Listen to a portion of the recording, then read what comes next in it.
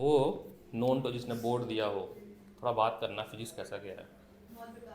बहुत ज़्यादा बच्चे रो रहे हैं पूरे। मैं तो बैट लगा के बैठा हूँ करोल बाग में। फिजिक्स बहुत बुरा गया, बुरा तो केमिस्ट्री भी गया है बट फिजिक्स सबसे बुरा गया है, इसलिए वो जो है ज़्यादा हाईलाइट हो गया है। उसकी वजह बता देता हूँ ना। फिजिक्स का ख़राब जाने का मकसद ये है, अप्रोच बदल गया, एप्लीकेशन बेस्ड क्वेश्चन आया ना। फिजिक्स जब पढ़ोगे ना इस साल, पहले तो मैं बताता हूँ पढ़ना कैसे, ये सबसे बड़ी बात है। इस साल की फिजिक्स फिजिक्स नहीं है, मैथ है, पूरी मैथ है। मतलब आप ये समझो 30% कॉन्सेप्ट सीखोगे, 70% न्यूमेरिकल करने वाले हो। आओ जी, न्यूमेरिकल बेस ही बनेगा। और एनसीईआरटी की लैंग्वेज जब पढ़ोगे, मैं आपको एनसीईआरटी भी दिखाता हूँ। मैं अपना बताऊँ, मैं भी जब भी पढ़ा मुझे एनसीईआरटी समझ कभी नहीं आई थी। टीचर कहते हैं एनसीईआरटी पढ़ना, पढ़ना भी है, हम लाइन बाय लाइन एनसीईआरटी पढ़ेंगे, ऐसा नहीं है। बट आप देखना फर्स्ट चैप्टर का अगर आप प्रिंट आउट निकाल के पढ़ोगे, उसकी लैंग्वेज ही नहीं समझ आएगी कि कहना क्या चाह रहा है एनसीईआरटी।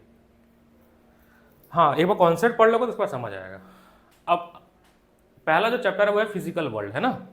वो तो कुछ चैप्टर वैप्टर नहीं है, वो ऐसे ही है कि फिजिक्स कहाँ कहाँ यूज़ होता है, क्या क्या रियल लाइफ में एप्लीकेशन है, किसने क्या क्या खोजा, बल्ब किसने खोजा, ट्यूबलाइट किसने खोजा, तो वो थ्योरी है। और वैसे ही जैसे आवर इन्वायरमेंट था, वैसे ही वो चैप्टर है। चैप्टर नंबर 2 ये वैसा ही है कि जब जैसे आप अगर मैथमेटिक्स सीखते हो तो आपको काउंटिंग सिखाई जाती है, आपको टेबल सिखाया जाता है, वैसे ही ये चैप्टर नंबर 2 है। ये पूरी 11th और 12th की फिजिक्स का बेस, मतलब हर जगह यूज़ होगा, हर जगह यूज़ होगा। थोड़ा मैं ब्रीफ चेंज करता हूँ, पूरा का पूरा 10th और 11th में जो मूव होता है ना वो पूरा ही चेंज होगा। यहाँ समझो एक चैप्टर फिजिक्स का आपका पूरा साइंस है 10th का, क्वांटिटी वाइज। ठीक है, क्वांटिटी वाइज मतलब ये डराने का नहीं है, मतलब सही बात बता रहा हूँ जो रियलिटी है।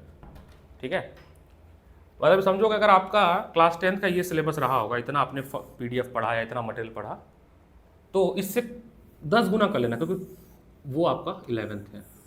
10 टाइम्स कर लेना, 10 टाइम्स, ये 11th है। समझ आएगा जब आप धीरे धीरे पढ़ना शुरू करोगे तो। अब बात ये केवल आपके लिए तो नहीं है ना, सबने जो लिया सबके लिए नया है। तो सबके लिए नया है तो सबकी जो रेस है वो सेम पॉइंट से स्टार्ट हो रही है, यानी है ना, सबकी जो स्टार्टिंग पॉइंट है रेस की वो तो सबकी सेम है, यहीं से जीरो से सब लोग शुरू करेंगे।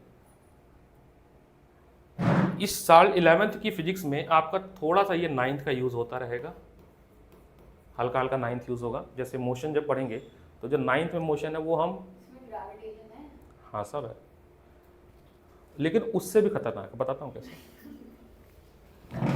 ये है, मैं आपको एक सिलेबस स्केल बना रहा हूँ। ये 9th का इंट्रोड्यूस किया क्योंकि हम 9th में ना सिंगल डायमेंशन में पढ़ते हैं। सिंगल डायमेंशन मतलब पार्टिकल एक्स एक्सिस पे जा रहा है, या पार्टिकल वाई एक्सिस पे जा रहा है, या पार्टिकल जेड, एक ही एक्सिस की बात करेंगे। जब हम यहाँ आएंगे तो 2D और 3D पढ़ेंगे, यानी मोशन आपने जो 9th में पढ़ा उसको फिर हम 3 पार्ट्स में डिवाइड कर देंगे, 1D, 2D और 3D। ऑब्जेक्ट प्लेन में मूव कर रहा है। अब जब 2D और 3D आएगा तो कुछ मैथमेटिकल टूल्स आएंगे, क्या आएंगे, टूल्स, उसको समझना पड़ेगा। तो स्टार्टिंग की कुछ क्लासेस बहुत सी जगह पे केवल मैथ पढ़ाई जाती है, 10-12 क्लास, तो बच्चा बहुत ज़्यादा डिमोटिवेटेड, बोर हो जाता है। 10 क्लास फिजिक्स की जगह मैथ पढ़ने आ रहा है। सोचा था कि हम जा रहे हैं फिजिक्स पढ़ने, पढ़ने के आ गया मैथ चल रही है, लेकिन मैथ पढ़ाते उसको ब्रिज कोर्स कहते हैं।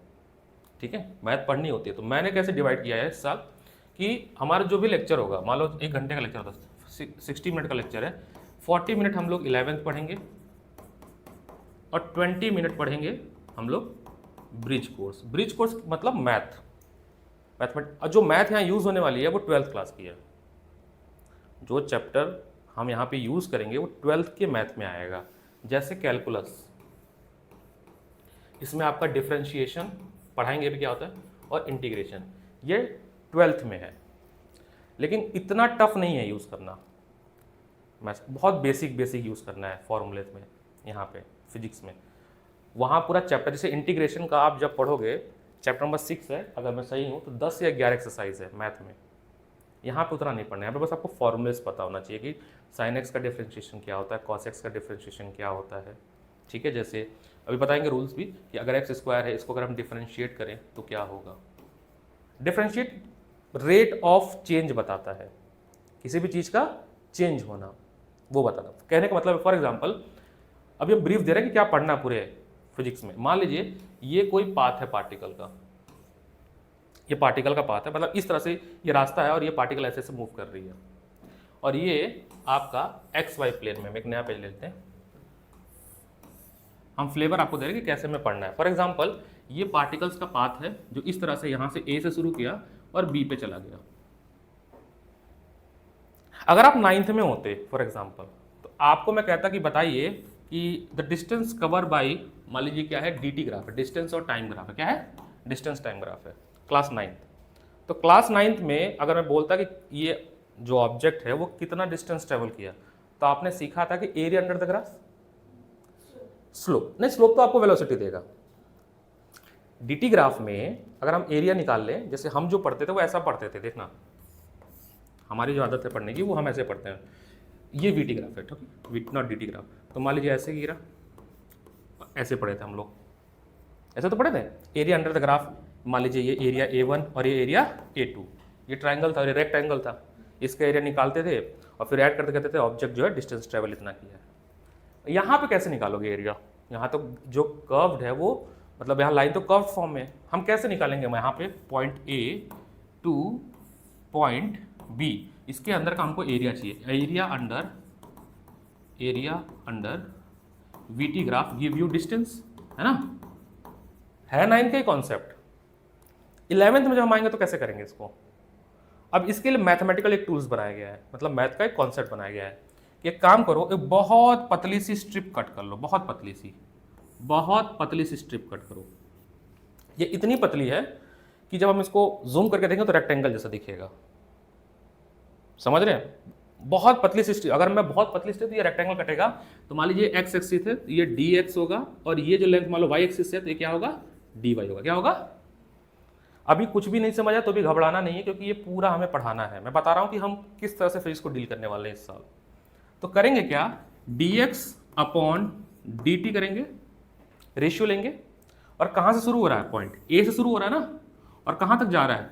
बी तक जा रहा है, और ये करेंगे इंटीग्रेट। अब यहाँ इस पूरे सिस्टम में दो चीज हुआ है यूज, मैथ के दो चैप्टर यूज हुए।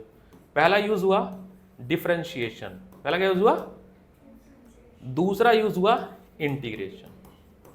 जिनके पास मैथ है ये दोनों चैप्टर 12th में बहुत डिटेल में है। 11th में जिनके पास मैथ नहीं है, फिजिक्स में यूज करना है, तो बस इसके फॉर्मूले यूज करने हैं। तो आप जब कोई भी किताब करोगे, जैसे देखो मैंने इसको काफ़ी, ये 11th वाली से मैंने काफ़ी पार्ट्स में डिवाइड कर दिया, बहुत मोटी तो कैरी करना। तो इसमें स्टार्टिंग के 1 से 2 चैप्टर आपको मैथ के सारे फॉर्मूले दिए हैं। मैथमेटिकल 2 चैप्टर 0 बोला गया है। चैप्टर 0 क्यों? बड़ी बड़ी कोचिंग में उसको ब्रिज कोर्स बोलते हैं। जब आप जाओगे बड़ी कोचिंग में तो पहले कहते हैं पहले एक महीना आपको ब्रिज कोर्स पढ़ाएंगे। ब्रिज कोर्स मतलब आपका जो मीडियम अभी तक चेंज हुआ है, जैसे ये है यहाँ तक, ये 10th था, ये आपका 11th है, तो इसके बीच में ना बहुत बड़ा गैप है। उस गैप को भरने के लिए बोलते हैं ब्रिज कोर्स कराएंगे, हम 1 महीना पढ़ाएंगे। उसमें 1 महीना हम क्या पढ़ाते हैं? पूरा कैलकुलस पढ़ाते हैं, पूरी ट्रिगो फिर से पढ़ाते हैं, ठीक है। जैसे अभी आपने 10th में ट्रिगो आपने कैसे पढ़ा? 1045 पढ़ के आ गई वैल्यू। यहाँ पे जब आप पढ़ोगे तो यहाँ पर जो डिलीट कर दिया गया था 180 माइनस थीटा भी पढ़ना पड़ेगा यूज करने के लिए। क्यों करना पड़ेगा? अभी हम जो थोड़ी देर में पढ़ेंगे, हमने कहा मान लो एक वेक्टर ये है, ये वेक्टर बी है, क्या होता है वेक्टर? वो भी एक चैप्टर है। ये वेक्टर ए है। अभी तक हमने अब वेक्टर क्वांटिटी पढ़ी थी।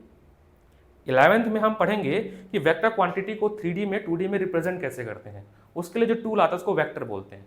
ये 12th में चैप्टर है, बट यहाँ पे हमें इंट्रोडक्शन कराया गया जितनी जरूरत है। तो मान लो ए और बी है, इसके बीच में एंगल है थीटा, और ये है मान लो जो 120 डिग्री, और मान लो फॉर्मूला tan थीटा के फॉर्म में है, तो कैसे निकालेंगे? हम तो केवल 45 तक का पढ़े हैं। तो कन्वर्जन जो डिलीट कर दिया गया था 10th में, उसको यहाँ पढ़ना पड़ेगा।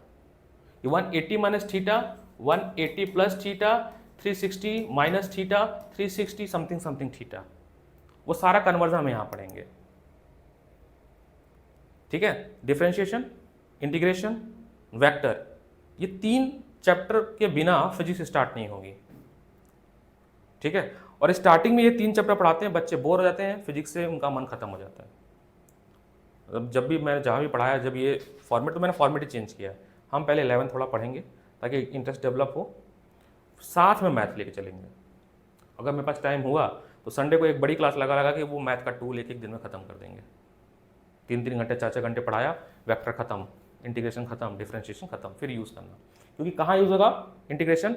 मोशन इन 2D पढ़ोगे, चैप्टर नंबर 3 जब आओगे उसमें आएगा मोशन इन 2D और 3D, वहाँ पे वेक्टर, एडिशन, ये सारा चीज़ यूज़ होना शुरू हो जाएगा। अब आते हैं चैप्टर जो मुझे सिखाना है। तो पहला जो चैप्टर है वो है यूनिट एंड डायमेंशन। अच्छा, चैप्टर्स कितने हैं? टोटल 10 यूनिट्स में डिवाइड किए गए हैं, 10 यूनिट्स में डिवाइड किए गए हैं। डिस्ट्रीब्यूशन में आपको बता दूंगा। इसमें लगभग 15 चैप्टर, कितने हैं? 15 चैप्टर्स हैं, दोनों बुक्स मिला के। तो एक वाले बुक में आपकी सब लगभग 7 या 8 चैप्टर होगी, दूसरे वाले में 7 एंड 8 चैप्टर ऐसे हैं। स्टार्टिंग के चैप्टर्स टफ होंगे, सबसे लेंदी होंगे, वजह है कि वो फाउंडेशन चैप्टर्स हैं।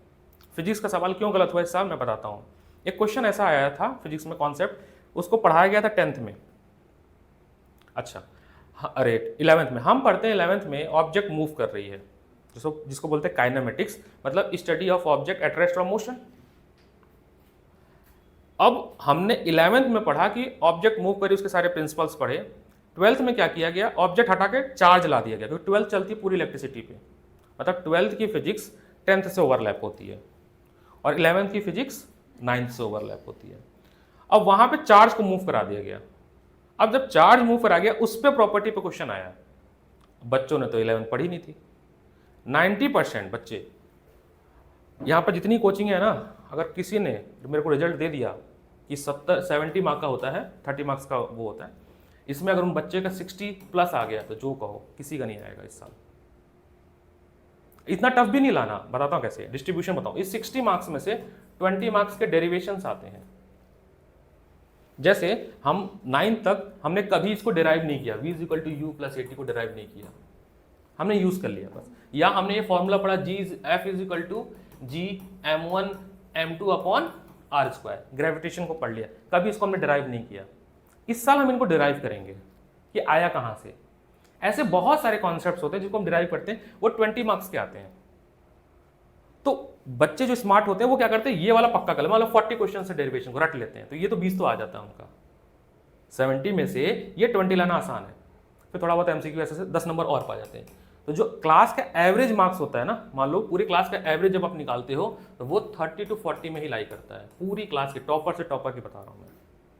40 to 70 के लिए हमें करना पड़ता है कॉन्सेप्ट पे काम, वो कोई नहीं करा पाता है। वजह क्या है? बहुत लिमिटेड पढ़ते हैं लोग और पढ़ाते भी हैं। एक बुक है, आप लोग को नहीं पढ़ना है, पहले डिस्क्लेमर दे रहा हूँ, क्योंकि ये पूरी IIT की बुक है, लेकिन ये बहुत डिटेल बुक है। पहले ये है DC पांडे, मन हो तो पढ़ लेना। ये DC पांडे 5 वॉल्यूम्स में आती है, जिसमें क्लास 11th और क्लास 12 की पूरी फिजिक्स होती है। इससे पढ़ने से आपका कॉन्सेप्ट बिल्ड होता है, विजुअलाइजेशन होता है कि हम कैसे क्वेश्चंस को कर सकते हैं। इसके बाद SC वर्मा 2 वॉल्यूम और होती है, लेकिन CBSE और CUT के लिए अगर हम बात करें तो इन किताब को नहीं छूना है। इनमें से क्वेश्चंस मैं कराऊंगा, मैंने सारे क्वेश्चन फिल्टर करके बनाने शुरू कर दिए हैं। अभी मैं यहाँ पे लगाया भी हूँ मैं कुछ कि क्वेश्चन कैसे कैसे कराएंगे। यहाँ पे मैंने PDF एक बनाई है लेकिन ये है कि आपको Day 1 से पढ़ना शुरू कर देना है फिजिक्स, कहने का सेंस ये है। तो PPT है, ये कुछ क्वेश्चन मैंने फिल्टर किए अलग अलग जगह से, 1 मार्कर, ये हम इसको सारे क्वेश्चन को डिस्कस करेंगे। एक और भी है जिसमें हम IIT और नीट के क्वेश्चन भी हम रखे हैं। MCQ ये वाली होनी चाहिए। JEE एडवांस तो कोई नहीं पढ़ा सकता है, JEE मेंस पढ़ा सकता है। JEE एडवांस क्यों नहीं कोई पढ़ा सकता है? क्योंकि JEE एडवांस में जितने भी क्वेश्चंस आते हैं वो हर साल नए आते हैं, पुराना कभी रिपीट नहीं होता है, एवरी ईयर न्यू कॉन्सेप्ट। ठीक है, ये कुछ MCQ है, इस पे ये करने हैं। तो कैसे पढ़ना है ये मैं आपको बता दूं। फिर वो देखो, सब लोग कहते थे, हमें भी कहना है, वो मैं बोलूँगा कि NCERT पढ़ना है, बट पूरे जज्बात बदलेंगे इस बार। NCERT के आप खरीदिएगा, चाहिए मार्केट से सेकंड हैंड ले लो, कोई इशू नहीं है, SLR ले लो। NCERT को आप पढ़ने की कोशिश करिएगा। उसकी लैंग्वेज बहुत सी डेटा मिसिंग है उसमें, डेटा मतलब बहुत शॉर्ट फॉर्म में ख़त्म कर दिया है।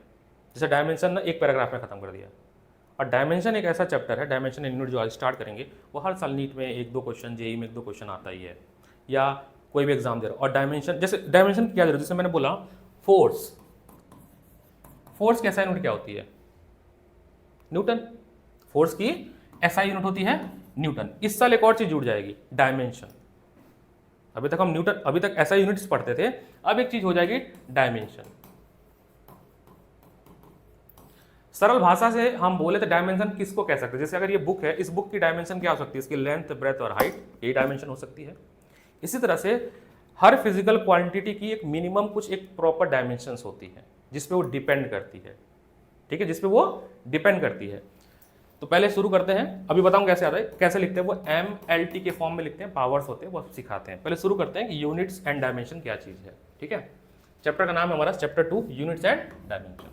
नोट्स बहुत अच्छा बनाना है इस साल, आपको नोट्स बनवाए जाएंगे डायमेंशन, कोई नहीं, वो ऑटो फोकस कर लेगा ऑटो फोकस को। Unit and dimension. अब इस चैप्टर में पहली बात यह है कि हमें किसी भी सबसे पहले तो फिजिकल क्वांटिटी क्या होती है। फर्स्ट थिंग एकदम बेसिक 9 से, व्हाट इज फिजिकल क्वांटिटी, बताओ।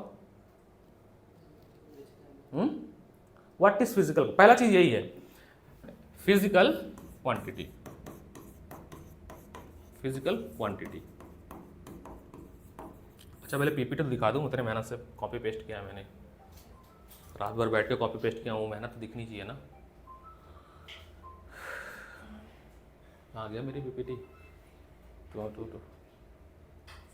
पीपीटी ये कॉपी पेस्ट किया है मैंने, बट कॉपी पेस्ट में मेहनत लगता है कि क्या कंटेंट हमें छांटना है बच्चों के लिए।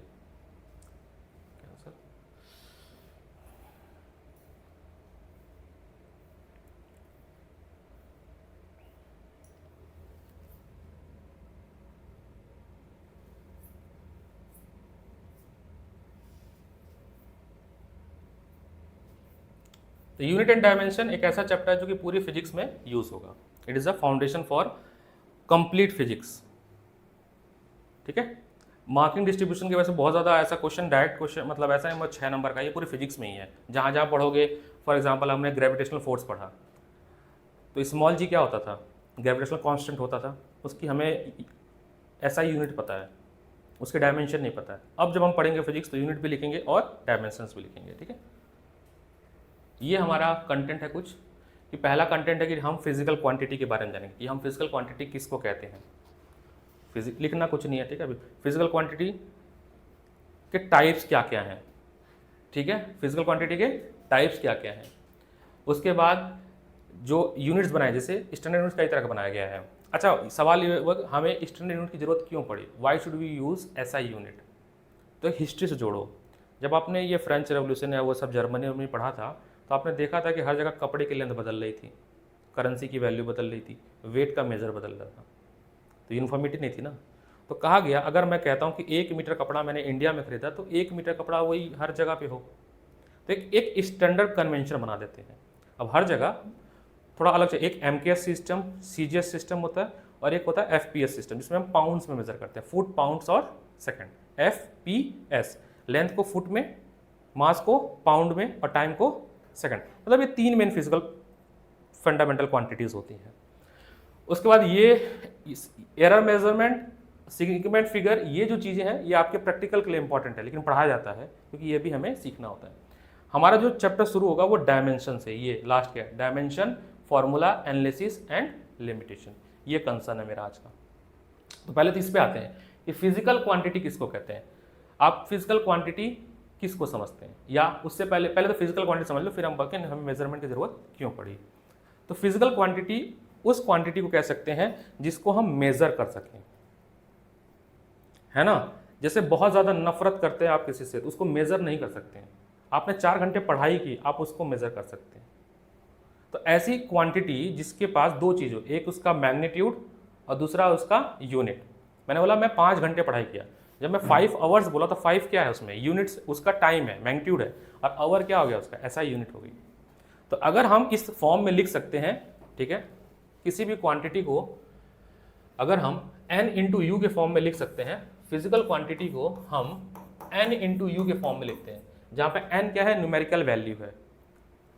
2 फीट कपड़ा या 2 मीटर कपड़ा, 2 हो गया न्यूमेरिकल वैल्यू, उसके यूनिट क्या हो गई, मीटर। उसको हम बोलते हैं फिजिकल क्वांटिटीज, ठीक है। अब ये जो फिजिकल क्वांटिटी होती हैं ये आपकी 2 तरह की होती हैं, एक फंडामेंटल और एक डेराइव। फंडामेंटल फिजिकल क्वांटिटी मतलब ऐसी क्वांटिटी जो किसी के ऊपर डिपेंडेंट ना हो, उनका मैग्नीट्यूड और उनकी वैल्यू किसी पे डिपेंडेंट ना हो, ऐसे क्वांटिटी को बोला गया फंडामेंटल फिजिकल क्वांटिटी। ऐसी कितनी क्वांटिटी बनाई गई? तो ऐसी 7 क्वांटिटीज बनाई गई। ऐसी 7 क्वांटिटी बनाई गई। पहला मास, दूसरा टाइम, तीसरा लेंथ, फोर्थ इलेक्ट्रिसिटी में आपका लिया गया एम्पेयर, ठीक है, इलेक्ट्रिसिटी में लिया गया आपका ampere, capital A electricity. Fifth temperature, kelvin. Sixth mole concept से मोल लिया गया, अमाउंट ऑफ सब्सटेंस मेजर करने के लिए मोल। और ये इस रूम में कितनी लाइट है उसको इंटेंसिटी मेजर करते हैं कैंडला में, CD। 7 luminous intensity, cap small c small d, luminous intensity. इन 7 को बोला गया कि ये फंडामेंटल फिजिकल क्वांटिटी है, और इन 7 की मदद से हम करोड़ों क्वांटिटी बना सकते हैं, इनफाइनाइट नंबर ऑफ क्वांटिटी बना सकते हैं। वो जो इनफाइनाइट नंबर ऑफ क्वांटिटी हैं उनको बोला गया डिराइव्ड फिजिकल क्वांटिटीज। जैसे फोर्स, फोर्स होता है मास इनटू एक्सेलरेशन। अब इसमें मास हो गया फंडामेंटल, अब एक्सेलरेशन देखो ये भी डिराइव्ड है। बोलो कैसे? ये फिर बनता किससे है? वेलोसिटी से बनता है। थोड़ा और आसान आता है, इससे भी आसान लेते हैं। स्पीड, ये होता है डिस्टेंस अपॉन टाइम। डिस्टेंस यानी कि लेंथ, डिस्टेंस यानी कि लेंथ। तो ये आपका क्या हो गया? फंडामेंटल, और ये भी क्या हो गया? फंडामेंटल। इन दोनों पे ये डिपेंड कर रहा है, ये दोनों बढ़े घटेगा तो ये भी बढ़े घटेगा। तो ऐसे क्वांटिटी को क्या बोला गया? डिराइव्ड क्वांटिटी बोली गई। इसके बाद 2 क्वांटिटी और खोजी गई, उनको भी मतलब हम वैसे इसके बाद खोजा गया था, तो उनको बोल दिया गया सप्लीमेंट्री फिजिकल क्वांटिटी। ठीक है, सेकंड सेट बनता है आपका सप्लीमेंट्री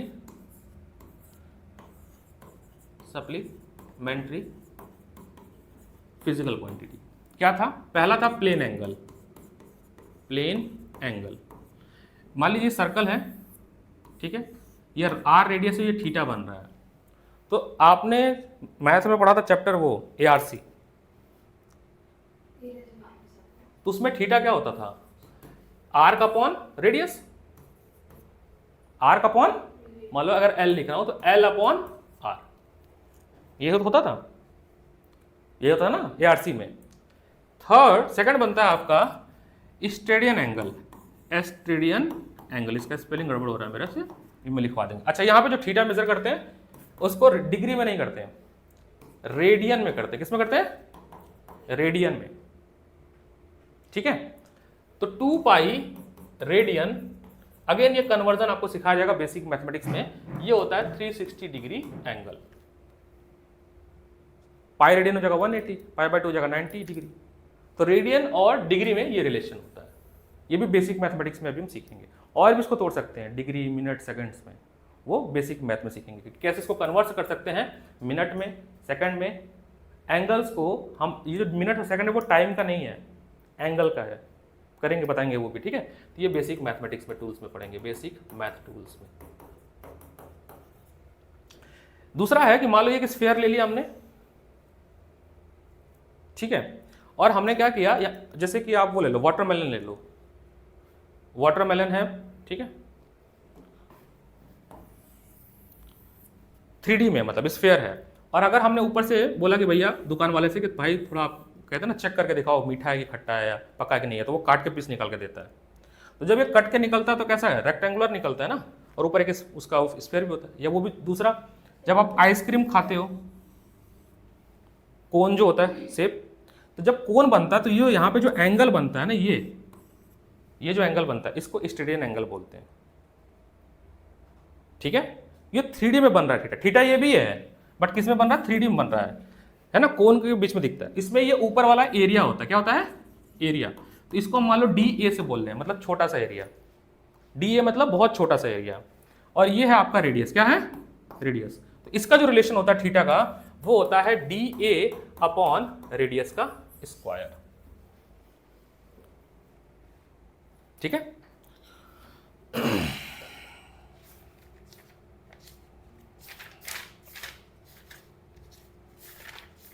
ओके, तो ये दो तरह की हमने आपको बताई। एक तो आपका फंडामेंटल, ये भी फंडामेंटल है, इसको नाम सप्लीमेंट्री क्यों दिया गया, क्योंकि जब 7 फंडामेंटल खोज लिए गए तो बाद में इसको खोजा गया।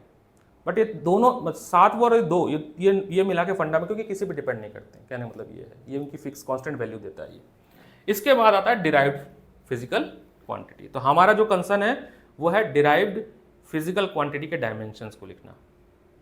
डायमेंशन क्या होता है? डायमेंशन ये कहता है कि फॉर एग्जांपल मैंने लिखा एरिया, तो एरिया ऑफ रेक्टेंगल क्या होता है? लेंथ इंटू, ये तो होता है length into length, length into breadth, square ले लो, एरिया ऑफ स्क्वायर क्या होगा? Side into side. तो क्या होगा? ये एल पे स्क्वायर हो गया ना। तो लेंथ क्या? फिजिकल क्वांटिटी है। तो आपके दिए गए फिजिकल क्वांटिटी पे जो पावर आता है, इस पावर को हम डायमेंशन बोलते हैं। क्या बोलते हैं? डायमेंशन। डायमेंशन क्या है? आपके फिजिकल क्वांटिटी पे जो पावर आता है उसको हम लोग डायमेंशंस बोलते हैं। फिर से सुनना, हमारा जो जनरली डायमेंशन लिखने का पैटर्न है वो हम एक बॉक्स में लिखेंगे, ऐसा बॉक्सी रिप्रेजेंटेशन होगा। इसके बीच में वो जो 7 आपके फंडामेंटल क्वांटिटी थे ना, वो इसके अंदर आ सकते हैं। मास के लिए m आएगा, लेंथ, ठीक है, टाइम के लिए t आएगा, टेम्परेचर के लिए केल्विन आएगा, मोल आएगा, और कौन कौन था? मोल था, उसके बाद आपका cd, तो 1 2 3 4 5 6 हुआ, एक और छूट रहा है, एम्पेयर करंट के लिए, है ना। Current is also fundamental quantity. अब इसके ऊपर power, for example A B C D E F G, this is the standard representation of dimension of any physical quantity, जहां पर ए जो है वो एक इंटीजर नंबर होगा, पॉजिटिव और नेगेटिव। कैसे लिखेंगे समझना। मैंने कहा कि मास, तो मास का अगर केवल हमें मास का डायमेंशन लिखना है, फॉर एग्जाम्पल जनरली 99% काम जो है वो MLT मतलब 3 ही में हो जाता है। तो मास का डायमेंशन जब हम बात करें तो मतलब मास अकेले प्रेजेंट है, तो हम या तो ये लिख के छोड़ दो, मास पे पावर 1, ये मास का डायमेंशन हो गया।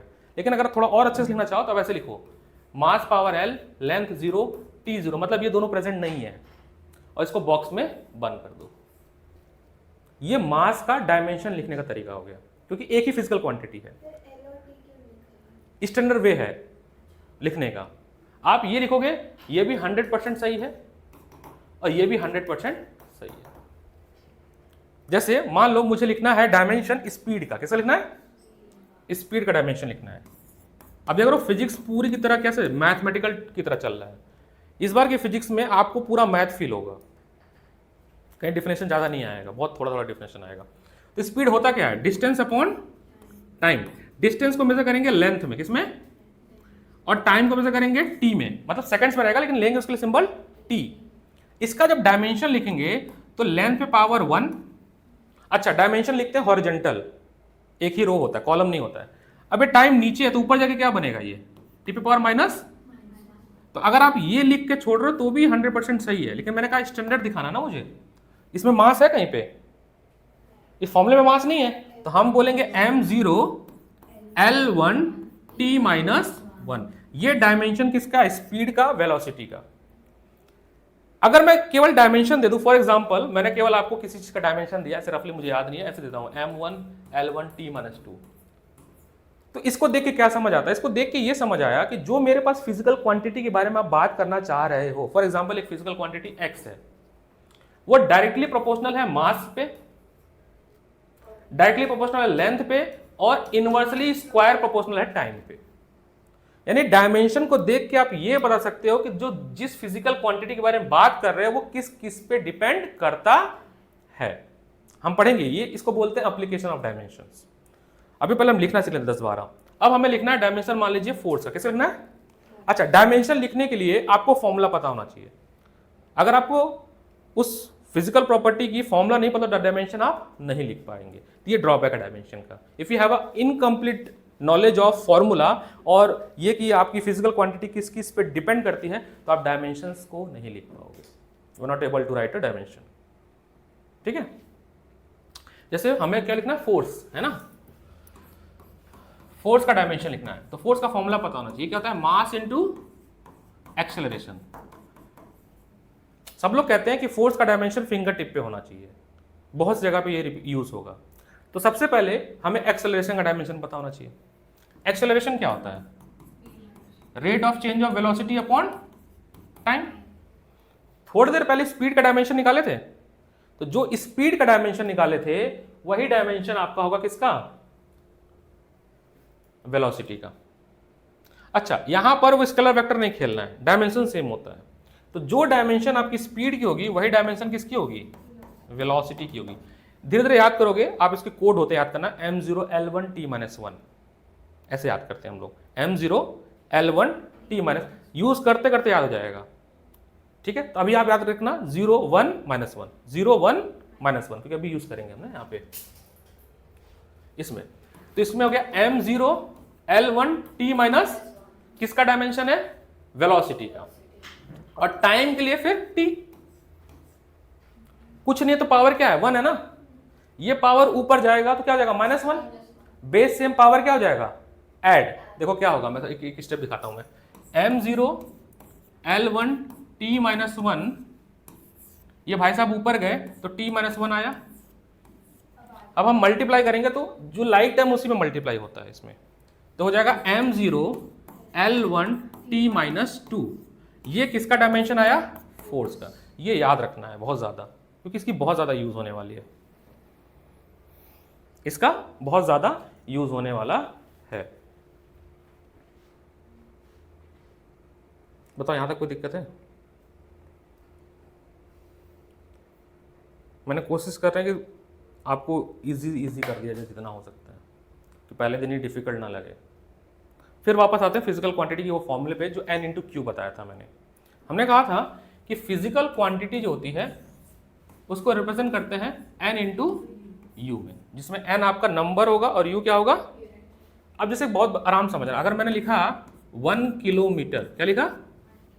तो 1 न्यूमेरिकल वैल्यू हो गई और किलोमीटर उसकी। अगर मैं इसको छोटे यूनिट में लिखूं तो क्या लिखूंगा? 1000 मीटर। इसको थोड़ा बहुत अच्छे से देखना। मान लो इसका नाम दे रहा हूं n1u1, इसको दे रहा हूं n2u2। तो एक समझो, n1 की वैल्यू न्यूमेरिकली बढ़ रही है ना, यहाँ पे 1 से 1000 पे गए हो, 1 से, और u1 किलोमीटर किस में गए हो? तो जब नंबर बढ़ रहा था तो यूनिट क्या हो रहा है? तो क्या मैं यहां से एक रिलेशन लिख सकता हूं? ये रिलेशन पूछा हुआ है इसका ग्राफ कि कैसा होता है, क्या ऐसे लिख सकता हूं? Inversely relation. ठीक है, ये बात सही है कि n1u1 बराबर होगा n2u2, ये तो बराबर ही होगा, फिजिकल क्वांटिटी है। बस हमने क्या बोला कि इसको हमने SI यूनिट में रिप्रेजेंट किया और इसको मैंने CGS यूनिट में रिप्रेजेंट किया। CGS मतलब लेंथ हम सेंटीमीटर में लेंगे, वेट ग्राम में लेंगे और टाइम सेकंड में लेंगे। छोटी यूनिट है ये छोटी यूनिट और ये बड़ी यूनिट है। ठीक है, इसको बोलते हैं MKS, नहीं क्या बोलते हैं, हाँ, मास किलोमीटर और सेकंड। ये हो जाएगा केजी में लिखेंगे, ये किलोमीटर में, और टाइम तो सेकंड में रहेगा। MKS। एक होता है आपका system of unit FPS, length को लेंगे फुट में, मास को लेंगे पाउंड्स में और टाइम्स को लेंगे सेकंड्स में। ये 3 इंटरनेशनल यूनिट्स एक्सेप्टेबल, सब में सेकंड रहेगा, टाइम सब में। ये 3 इंटरनेशनल सिस्टम ऑफ यूनिट है। क्या है? 3 इंटरनेशनल सिस्टम ऑफ यूनिट है, जिससे कि पूरे ग्लोब पे इसी तीनों को मदद से सब कुछ मेजर कर सकते हैं हम। हाँ, ये तीनों ही आपस में, इन सब का आपस में रिलेशन है। एक टेबल अभी बनाता हूं मैं, अगर है ना, ये क्या कन्वर्ट होता है वो। ठीक है, तो एक चीज समझ आएगी कि n जो है यूनिवर्सली प्रोपोर्शनल है और इसका जो ग्राफ बनता है वो ऐसा बनता है। ये मान लीजिए n और ये u है, तो इस तरह से ग्राफ जाएगा। ठीक है, बताओ यहां तक समझ आ रहा है? मैं बताऊं, जीरो फिजिक्स पढ़ा रहा हूं। स्टार्टिंग की कुछ क्लासेस होंगी, उसको जीरो फिजिक्स बोलते हैं हमारे IIT की प्रिपरेशन में। ये कुछ है ही नहीं वैसे, बट इसको अगर हम नहीं पढ़ाएंगे तो बाकी चीजें समझ नहीं आएंगी। तो system of unit, CGS system, FPS system, MKS system, और एक है SI यूनिट जो जनरली आम तौर पे हम यूज करते हैं। जैसे बोलते हैं हमने फोर्स का यूनिट क्या है, न्यूटन, तो उसकी डिफिनेशन है। ठीक है, जो भी बोला यहाँ पे लिखा हुआ है।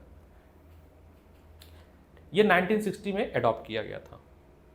General conference of weight and measurement एक हुआ था, उसमें ये अडॉप्ट किया गया था सारा। ठीक है, ये कुछ बचपन से हम लोग पढ़ते आए हैं, केजी, मीटर, सेकंड यूज़ करना, क्योंकि चूँकि हमें पढ़ाना है, सिलेबस में लिखा हुआ है। प्लेन एंगल रेडियन में, सॉलिड उस जो सेकंड था जिसको स्टेडियन बोलते थे उसको सॉलिड एंगल बोलते हैं। क्या बोलते हैं? मेजर करते हैं स्टेडियन में, एस आर से रिप्रेजेंट करते हैं। ठीक है, बेसिक यूनिट्स ये सब है, ये डिफिनेशन है, ये इसको केवल पढ़ लेना, कहीं पूछा नहीं जाएगा, बस पता होना चाहिए डिफिनेशंस। प्लेन एंगल बता दिया था मैंने, सप्लीमेंट्री एंगल ये दोनों बता दिया मैंने। क्या एडवांटेज है ऐसा यूनिट की, हमें जरूरत क्यों पड़ गई? जैसे मैं बता रहा था, एक बच्चे को समझा रहा था, अभी रमेश नगर में डेमो था मेरा, तो उसमें यह था कि जैसे मान लो मैं ये बोलूँ कि इस कमरे में अगर हम बॉक्सेस रखें, एक एक करके 4 बॉक्स रख सकते हैं, तो इसका ये मतलब वो 4 बॉक्स है तो सेम साइज के होने चाहिए। मैं अगर छोटा बड़ा ला दूँ तो 3 ही आएगा। तो ये जो इन्फॉर्मेशन है वो इनकम्प्लीट है, बात समझिए। अगर मैं ये बोलूँ कि मैं इस रूम में 2-2 फीट के 4 बॉक्सेस रख सकता हूँ, तो इसका मतलब कमरा 8 फीट का है। इन्फॉर्मेशन क्या हो गया? क्लियर हो गया। इसलिए हमें कोई एम्बिग्विटी ना आए, इसलिए हमें एक स्टैंडर्ड यूनिट की जरूरत पड़ती है। तो it is a coherent system, मतलब हर जगह पे वैलिड होगा, सब जगह पे इसको माना जाएगा। एब्सोल्यूट होगा कि एक वैल्यू देगा, ऐसा नहीं कि हमने 1 मीटर बोला उसकी वैल्यू कभी खत्म ही नहीं हो रही, 1.2222 सेंटीमीटर आ रही है, आपको एक डिस्क्रीट वैल्यू दी जाएगी। मैंने बोला 1 किलोमीटर, उसमें 1000, ऐसा नहीं बोला ना कि 1.00000000 इनफाइनाइट नॉन टर्मिनेटिंग मीटर, ऐसा तो नहीं बोला, एक फिक्स वैल्यू बोली। इसलिए हमें ऐसा यूनिट, और साथ ही साथ वो सारी ऐसा यूनिट इंटरनेशनली एक्सेप्टेड होनी चाहिए। ठीक है, नंबर लिखते हैं कोई भी एन, अब जिसे अगर हमें फ्रैक्शन में लिखना है तो 10 की पावर भी बना देते हैं, तो वो एक तरीका लिखने का, ये सब है। ये सब याद होनी चाहिए।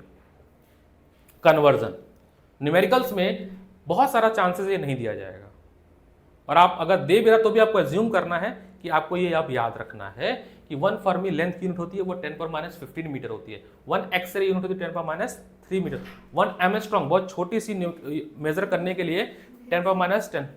हैप्पी बर्थडे बोलो सर। तुम्हारे पापा केमिस्ट्री का ट्रायल हो रहा था? केमिस्ट्री का आज ट्रायल था? हाँ, ये इसके पापा ने मना कर दिया। कल करा देना, 28 को करा दो। आप लोग ट्रायल लो, टीचर बहुत ही हमने बढ़िया खोज के लाए हैं। देखो ना, बस बहुत सारे टीचर के थे, वो सर बेटा सर हमें टीचर अच्छे चाहिए थे, 28 को हो जाएगा। हमें ना क्वालिटी नहीं गिराना है, 29 को बात समझे। हमारे पास कहते ना दुकान में वो सामान है जो तुम्हारे बेस्ट है, जो नहीं कि सब भर लो, तो जो अगर नहीं हो पाएगा तो जो बेस्ट रहेगा वो यहाँ पे रहेगा। तो इसलिए जब तक हमारे बच्चे सेटिस्फाई नहीं, हमने कई चीज़ पैरामीटर, कहीं वो टीचर ऐसा तो नहीं कि 6 महीने भाग जा रहा है, एक्सपीरियंस है कि नहीं है, कंटेंट कभी पढ़ाया कि नहीं पढ़ाया है, बहुत सी चीज़ देखनी पड़े हमें। सबसे पहले मैं ये देखता हूँ, मैं तो ज़्यादा जजमेंटल हूँ, इसको स्टीरियोटाइप बोल सकते हो, मैंने क्वालिफिकेशन देखता हूँ पहली चीज़। ये हो सकता है कि बॉस किसी के पास बहुत बड़ी डिग्री उसको पढ़ाने ना आता हो, ऐसा होता है कि वो PhD होल्डर हो, प्रोफेसर हो, लेकिन वो नहीं पढ़ा पाता है, वो बाउंसर पढ़ाता है। लेकिन मैं पहले डिग्री देखता हूँ, तो वो हम लोग बड़ा 3-4 लोगों से बात किया, फिर 2 लोग फाइनल हुए, अब देखते हैं वो कैसा डिलीवर करते हैं। अगर बच्चों को सेटिस्फाई तो हम उनको फिर इस पर, हाँ, एक फिजिक्स का एक वो उन्हीं को फाइनल किया हम लोगों ने। फिर भी बच्चों का एक सेटिस्फेक्शन चाहिए हमें, फीडबैक कि हाँ वो उनसे पढ़ सकते हैं। फिर केमिस्ट्री की भी यही होगी, और बायो की तो मैम है, वो तो दूर से आएंगे। नहीं, हमारा पहले स्टार्टिंग यही हो रहा था, मैं टाइप कर रहा था, लोग तुम्हारी मैम से मैंने बात की तो वो पहले हाँ बोली, फिर ना बोली, फिर किसी और से टाइप कर लिया उन्होंने, तो फिर मैंने कहा बाहर में जाए। 30 साल से पढ़ा रहे हो, 8 ही बच्चे जब आपके पास थे तो वो कोई बहुत बड़ी उपलब्धि नहीं। 8 बच्चे थे लास्ट ईयर, उनमें भी रिजल्ट किसी का नहीं आएगा, मुझे सब पता है। एनीवे, ये सब हम पढ़ेंगे कि कैसे हम लार्ज डिस्टेंस मेजर कर सकते हैं, वो सब हम सब पढ़ेंगे, ये आएगा। हमें पहले डायमेंशन में फोकस करना है। ये कुछ वो है रिप्रेजेंटेशन, अगर नैनोमीटर में तो कैसे लिखेंगे, माइक्रो, मिली, सेंटी, डेसी, किलो, ये वो चीज़ है जो तुम्हें पता होनी चाहिए। कोई पढ़ाए, मतलब ऐसा नहीं कि इसके लिए चैप्टर कोई बनाया जाए। जैसे ABCD आपको पता है, आप जब लिखते हो तो ये तो नहीं पता कि अल्फ़ाबेट क्या है, वोवेल क्या है, कॉन्सोनेंट क्या है, आपको पता है कि कैसे लिखना है, या ग्रामर में कैसे। वैसे ये चीज़, ये ग्रामर है साहब, फिजिक्स की ग्रामर है ये, ठीक है, आपको ये पता होनी चाहिए। फर्स्ट चैप्टर में आपको ये सिखाएगा कि सब चीज़ें आपको पता होनी चाहिए, आगे कहीं नहीं बताया जाए। NCERT में भी होगी, SL अरोड़ा में भी, ठीक है। मैं कह रहा हूँ ना, अब NCERT का रोल केवल 10% इस साल से, मजाक नहीं, इस मैं प्रैक्टिकल बात कर रहा हूँ, ओनली 10%।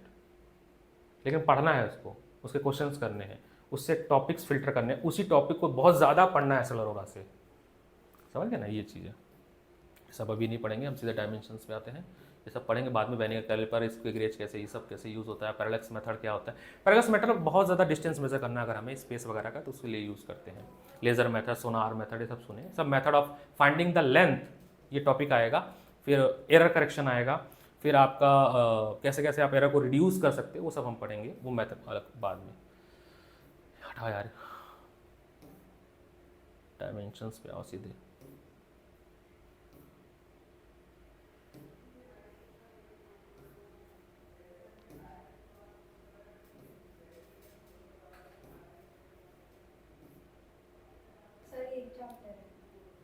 ये एक चैप्टर, और ये पूरी फिजिक्स का सबसे छोटा चैप्टर है, यूनिट एंड डायमेंशन। ठीक है।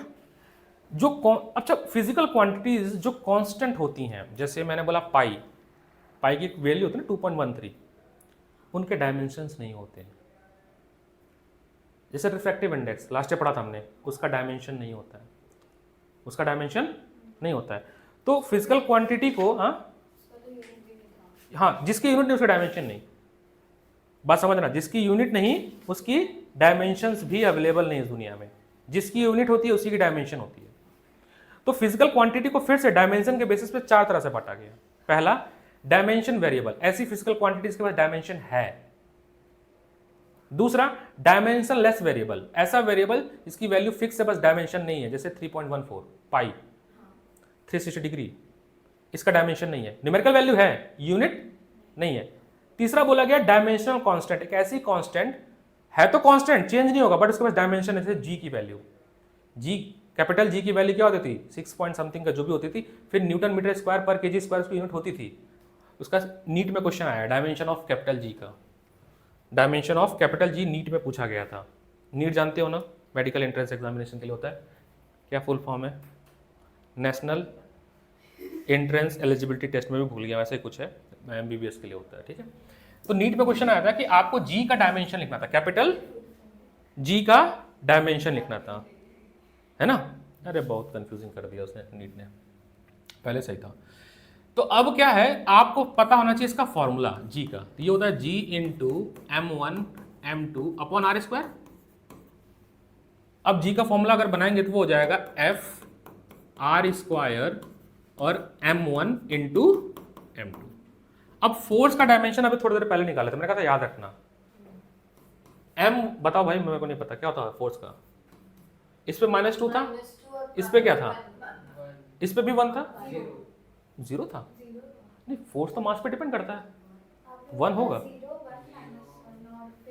देखो फोर्स पे आते हैं, फोर्स मास पे डिपेंड करता है। अगर 0 हो गया, थोड़ा लॉजिक लगाओ, अगर तो फोर्स मास पे डिपेंड नहीं हुआ, जबकि फोर्स मास पे डिपेंड, तो कुछ तो पावर होगा, 1 1 1, हाँ 1 1 1 1 1 माइनस 2।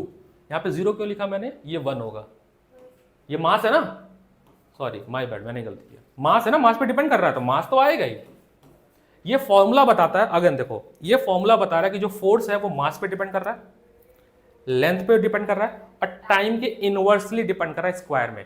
तो इस डायमेंशन को लिख के आपको डायमेंशन दे देता हूं मैं केवल, और मैं बोलता हूं, ये भी MCQ आता है कि आपको डायमेंशन मेंशन होगा, और बोलेगा विच of the formula is correct. Force के 4 फॉर्मूले बनेंगे, उसमें से मान लो मैं बना रहा हूं, एक होगा M, लेंथ है ना, तो क्या ले लिया जाए, D ले लेते हैं, ठीक है, और टाइम स्क्वायर है तो सेकंड का स्क्वायर। क्या ये फॉर्मूला नहीं बन सकता है फोर्स का, बन सकता है, बहुत अच्छे से बनेगा। देखो मास डिस्टेंस पे डिपेंड कर रहा है, एस डी फॉर यूज किया, और टाइम सेकंड, ये फॉर्मूला करेक्ट है। ऐसे MCQ बनते हैं, आपको डायमेंशन दे दिया जाएगा और 4 फॉर्मूले आपको देंगे और कहा जाएगा which of the formula is correct according to given dimension, according to given dimension.